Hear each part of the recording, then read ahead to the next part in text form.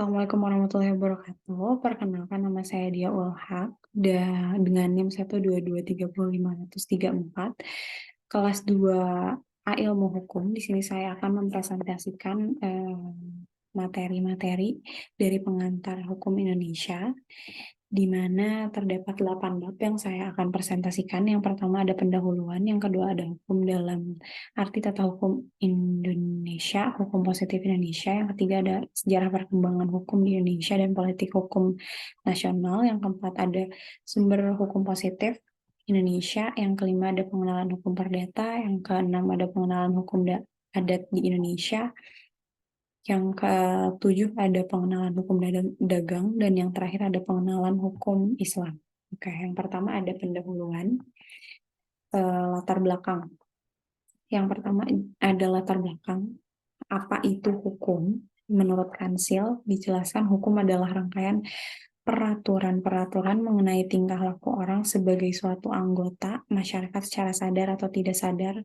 Manusia-manusia dipengaruhi peraturan hidup bersama yang mengekang hawa nafsu dan mengatur hubungan antara manusia di dalam masyarakat. Nah, peraturan hidup di dalam masyarakat tersebut ada yang bersifat mengatur, ada yang bersifat memaksa untuk menjamin tata tertib dalam masyarakat. Dengan satu-satunya tujuan hukum ialah mengadakan keselamatan, bahagia, dan tata tertib dalam masyarakat. Nah, mengapa sih masyarakat itu menaati hukum? Itu ada berbagai macam sebab, dan menurut Utrecht itu ada dua. Yang pertama karena orang merasakan bahwa peraturan-peraturan itu dirasakan sebagai hukum, dan yang kedua karena hukum harus menerima supaya ada rasa ketentraman. Tujuan mempelajari PHI ini adalah diharapkan mahasiswa dengan mempelajari PHI ini mampu memahami dan mengenal secara umum hukum yang berlaku di Indonesia, baik dilihat dari sudut pandang yuridis atau tata hukum, sudut pandang sosiologi atau hukum positif, maupun dari sudut pandang filosofis atau ius constituendum. Oke. Bab kedua itu ada hukum dalam arti tata hukum Indonesia atau hukum positif Indonesia atau hukum yang sedang berlaku di Indonesia saat ini. Yang pertama itu masyarakat dan hukum. Nah, masyarakat dan hukum ini adalah di mana ada hukum, maka di situ ada masyarakat. Hukum ada sejak masyarakat ada. Di sini bahwa hukum sesungguhnya adalah produk otentik dari masyarakat itu sendiri yang merupakan kristalisasi dari naluri persamaan kesadaran sikap, perilaku, kebiasaan, adat, nilai, atau kebudayaan hidup di masyarakat. Yang kedua adalah hukum berlaku universal. Hukum itu terdapat di seluruh negara di dunia, di mana terdapat pergaulan hidup manusia. Nah, walaupun terdapat di semua negara di dunia, tapi tak berarti ada satu hukum yang berlaku bagi setiap negara. Tiap negara mempunyai hukum sendiri yang berbeda satu sama lain. Yang selanjutnya dari PTHI atau Pengantar Hukum Indonesia. Jadi pengantar hukum Indonesia ini dalam buku Sudiman, pengantar tata hukum Indonesia, yang dimaksud dengan tata hukum Indonesia adalah hukum yang sekarang berlaku di Indonesia. Nah, hukum ini sama dengan ius positum atau ius constitutum, atau disebut juga ius operatum, artinya hukum yang telah ditetapkan atau dipositifkan atau dipilih atau ditentukan berlaku sekarang dalam masyarakat atau wilayah tertentu. Yang selanjutnya adalah istilah-istilah bagi PHI itu sama dengan PPHI, Pengantar Hukum Indonesia, Pengantar Sistem Hukum, Tata Hukum Indonesia, dan ius constitutum. Selanjutnya ada fungsi utama PHI ini ada sebagai mata kuliah dasar atau MKDH, artinya bukan mata kuliah spesialis atau jurusan. Jadi sebagai mata kuliah dasar hanya untuk memberikan landasan sebagai pendukung pada mata kuliah lainnya. Juga memperkenalkan konsep-konsep generalisasi dari teori-teori hukum secara umum yang diperlukan untuk pengaplikasiannya.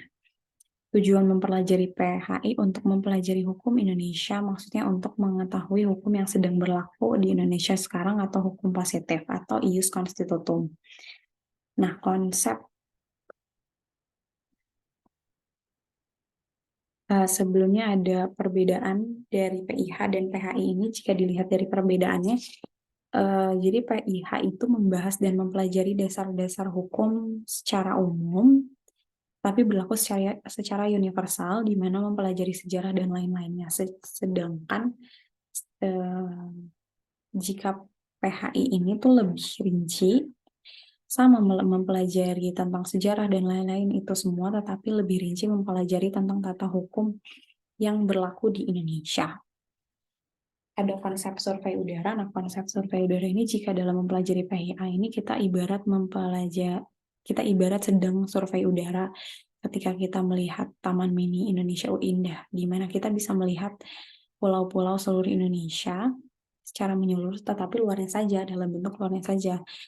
Nah, ketika kita ingin mengetahui dalamnya, maka kita juga harus mempelajari lebih dalam juga. Sama halnya ketika kita mempelajari PHI, di mana PHI ini menyajikan suatu ringkasan atau rangkuman komprehensif dari konsep atau teori hukum yang menyeluruh. Artinya PHI ini bisa dilihat secara umum tetapi lengkap. Dan ketika kita ingin tahu isi PHI ini, maka kita harus mempelajari secara mendalam. Karena di dalam PIH terdapat banyak bidang seperti hukum positif, hukum pidana, perdata, dan lain-lain yang isinya umum tapi lengkap, dan itu harus dipelajari satu-satu secara mendalam jika kita ingin mengetahui secara lebih mendalam lagi. Hukum selanjutnya ada hukum positif di Indonesia. Jadi hukum positif ini tadi sudah dijelaskan jika hukum yang sedang berlaku di Indonesia saat ini. Lahirnya tata hukum Indonesia. Nah, lahirnya tata hukum Indonesia ini ada dua periode, yaitu sebelum kemerdekaan dan sesudah kemerdekaan. Sebelum kemerdekaan yaitu ada tata hukum kolonial dan tata hukum adat, sedangkan yang sesudah kemerdekaan ada tata hukum nasional, tata hukum adat, dan tata hukum kolonial. Yang ketiga ada sejarah perkembangan hukum di Indonesia dan politik nasional. Nah, sejarah hukum perkembangan hukum di Indonesia ini ada dua, sebelum dan setelah kemerdekaan. Ini sebelum kemerdekaan, yaitu yang pertama ada masa VOC pada 1602 sampai 1799. Gubernur Jenderal yang saat itu ya adalah Peter Bot yang diberikan wewenang untuk membuat peraturan yang diperlukan untuk kepentingan VOC di daerah-daerah yang dikuasai. Jadi setiap peraturan yang berlaku diumumkan berlaku melalui plaknat pada tahun 1635, dan pada 1642 plaknat ini disusun dan diumumkan di Batavia dengan nama Statuta van Batavia. Yang kedua ada masa pemerintahan Belanda pada 1800 sampai 1926. Yang pertama pada 1814 sampai 1855 ada masa Besluitenregeling. Pada masa ini raja mempunyai kekuasaan tertinggi di daerah jajahan dan langsung mengatur daerah jajahan. Untuk mengatur pemerintahan Belanda, raja mengangkat komisaris jenderal yaitu Elwood, Buyscase, dan Van der Capellen. Nah, di masa ini juga ada pengkodifikasian, di mana kodifikasi itu yaitu pembukuan jenis-jenis hukum tertentu dalam kitab undang-undang secara sistematis dan lengkap. Unsur-unsur kodifikasi itu adalah jenis hukum tertentu, sistematis dan lengkap. Tujuan kodifikasi adalah kepastian hukum, penyederhanaan hukum, dan kesatuan hukum. Jadi contoh kodifikasi atau pembukuan di Indonesia itu ada KUH Perdata, KUH Dagang yang diresmikan pada 1848, dan KUH Pidana yang dikodifikasikan pada 1 Januari 1918. Yang selanjutnya ada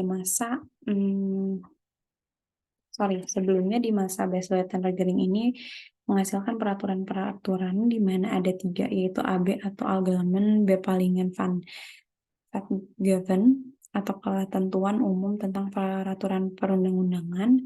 Yang kedua ada BW atau Burgerlijk Wetboek, dan yang ketiga ada VK atau Wetboek van Koophandel. Di sini juga ada bentuk hukum dan corak hukum, di mana bentuk hukum itu ada yang tertulis dan tidak tertulis.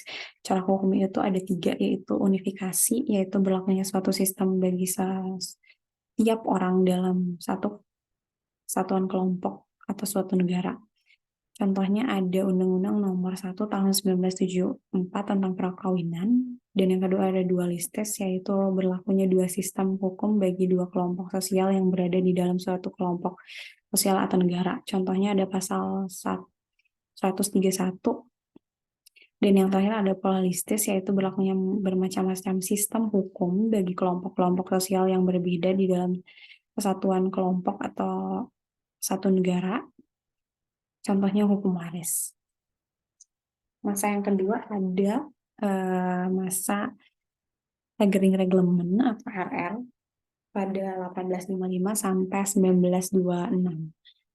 Pada masa ini tuh RR ini pada masa ini terjadi perubahan pada Gottwald sebagai akibat dari pertentangan antara parlemen dan raja. Dengan kemenangan parlemen, akibatnya kekuasaan raja di daerah ini jadi dibatasi. Gitu. Nah, di masa Regering Reglement ini golongan penduduk itu dibagi menjadi 3, yaitu ada golongan Eropa, golongan Bumi Putra, dan golongan Timur Asing. Yang ketiga, data yang terakhir ada masa Indisch Stadtregeling pada tahun 1926. Jadi tahun 1918 itu dibentuk Volksraad atau DPR, di sini bangsa Indonesia itu diberi hak untuk membuat undang-undang. Jadi Gottwald mengalami perubahan, tata pemerintahan Hindia Belanda mengalami perubahan juga. Jadi RR ini diubah dan diganti menjadi Indes Stadregeling dimulai pada tanggal 1 Januari 1926. Oke, sebelum ke sana, tadi kan peraturan Belanda, sekarang ada peraturan yang dihasilkan pada masa Jepang. Sebelumnya pada masa Jepang tidak dihasilkan banyak peraturan karena Jepang hanya di Indonesia sebentar, dan pada waktu itu Jepang ada kejadian bom Hiroshima dan Nagasaki, jadi tidak banyak peraturan-peraturan yang dilahirkan pada masa Jepang. Tetapi di sini ada 4 peraturan yang dihasilkan pada masa Jepang, yaitu yang pertama ada Bunseirei atau undang-undang, yang kedua ada Osamu Seirei peraturan pemerintah, Osamu Keirei peraturan pelaksana pemerintah, dan Tomiseirei atau peraturan daerah. Dan ini adalah sejarah perkembangan hukum Indonesia setelah kemerdekaan, yaitu dibagi menjadi 4 periodisasi. Itu adalah masa Undang-Undang 1945, masa Konstitusi masa Undang-Undang UUDS 1945, dan masa Undang-Undang Dasar 1945 kedua yang dilaksanakan pada 5 Juli 1959, sampai sekarang. Selanjutnya ada politik hukum nasional. Nah,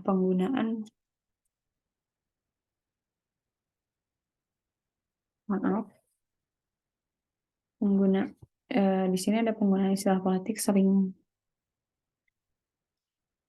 Jadi pengertian yang berbeda-beda. Misalnya dalam ilmu politik yang diartikan politik adalah hal sebagai pengetahuan mengenai ketatanegaraan, suatu tata cara pemerintahan. Kemudian kalau kata politik ini digunakan di dalam perkataan politik para pedagang, berarti suatu tipe muslihat atau daya upaya para pedagang. Nah, politik hukum nasional bertujuan meletakkan dasar-dasar negara sebagai negara hukum yang demokratis dan berkeadilan sosial bagi seluruh rakyat Indonesia.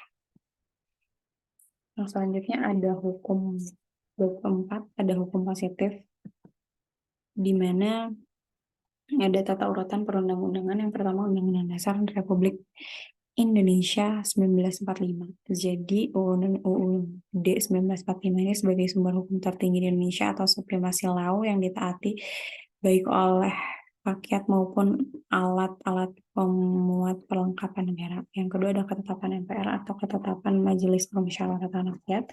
Yang ketiga ada undang-undang peraturan pemerintah pengganti undang-undang atau Perpu. Yang keenam ada peraturan pemerintah atau PP. Yang kelima ada keputusan presiden. Dan yang terakhir sebenarnya ada peraturan-peraturan pelaksanaan lainnya. Nah, di sini ada teori dari Stufenbach atau teori Hans Kelsen, di mana teori Stufenbach adalah teori mengenai sistem hukum oleh Hans Kelsen yang menyatakan bahwa sistem hukum merupakan sistem anak tangga dengan kaidah berjenjang, di mana norma hukum yang paling rendah harus berpegangan pada norma hukum yang lebih tinggi, dan kaidah hukum yang tertinggi seperti konstitusi harus berpegangan pada norma hukum yang paling mendasar. Menurut Hans Kelsen, bahwa tertib hukum atau legal order itu merupakan sistem of norms yang berbentuk seperti tangga-tangga piramida. Pada tiap-tiap tangga terdapat kaidah-kaidah norma, kaidah-kaidah atau norma, dan di puncak piramida terdapat kaidah yang disebut undang-undang dasar. Di bawah undang-undang dasar terdapat kaidah yang disebut peraturan, di bawah peraturan ada kaidah terletak pada kaidah yang di atas. Nah, ini adalah teori tangga menurut Hans Kelsen. Materi selanjutnya, bab kelima itu ada pengenalan hukum perdata. Nah, definisi hukum perdata sebelum mengulas lebih jauh pengertian hukum perdata, terlebih dahulu harus dibedakan istilah hukum perdata dalam dua macam pengertian, yaitu hukum perdata material dan formal. Hukum perdata material biasanya disebut sebagai hukum perdata saja, sedangkan formal lazimnya disebut sebagai hukum acara atau hukum acara perdata. Jadi hukum perdata ialah himpunan kaidah-kaidah hukum yang mana pada dasarnya mengatur kepentingan-kepentingan perseorangan dan sebagian dari kepentingan masyarakat. Dalam hubungan ini, kita dapat menggolongkan hukum perdata dalam hukum privat, dan karena ia hukum privat, maka lahirnya atau berlangsungnya, berakhirnya, dan pula acara-acara mempertahankannya hubungan-hubungan hukum ini, maka pada dasarnya diserahkan kepada orang-orang yang berkepentingan. Sistematis kitab Undang-Undang Hukum Perdata itu ada 4, yaitu buku yang pertama itu perihal orang, antara lain mengatur sistem hukum atau hukum orang, perkawinan dan hak suami, kekayaan, perkawinan, kekuasaan orang tua, perwalian, dan pengampunan catatan sipil, domisili, dan lain-lain. Buku kedua perihal benda, antara lain mengatur bezit, egodom, obstal, efreh, hipotek, gadai, dan lain-lain. Yang ketiga, buku ketiga ada perihal perikatan, antara lain mengatur istilah perikatan pada umumnya, timbul perikatan, perjanjian-perjanjian tertentu, perjanjian perburuhan, badan usaha, perbuatan pelanggaran hukum, dan lain-lain. Dan yang terakhir ada buku keempat perihal pembukuan dan lewat waktu, antara lain mengatur macam-macam alat bukti seperti surat, sanksi, persangkaan, pengakuan, dan sumpah. Lalu selanjutnya ada pengenalan hukum adat. Pengenalan hukum adat. Nah, istilah hukum adat ini berasal dari terjemahan arti kata adat reh. Adat reh yang pertama kali dikenal oleh Snook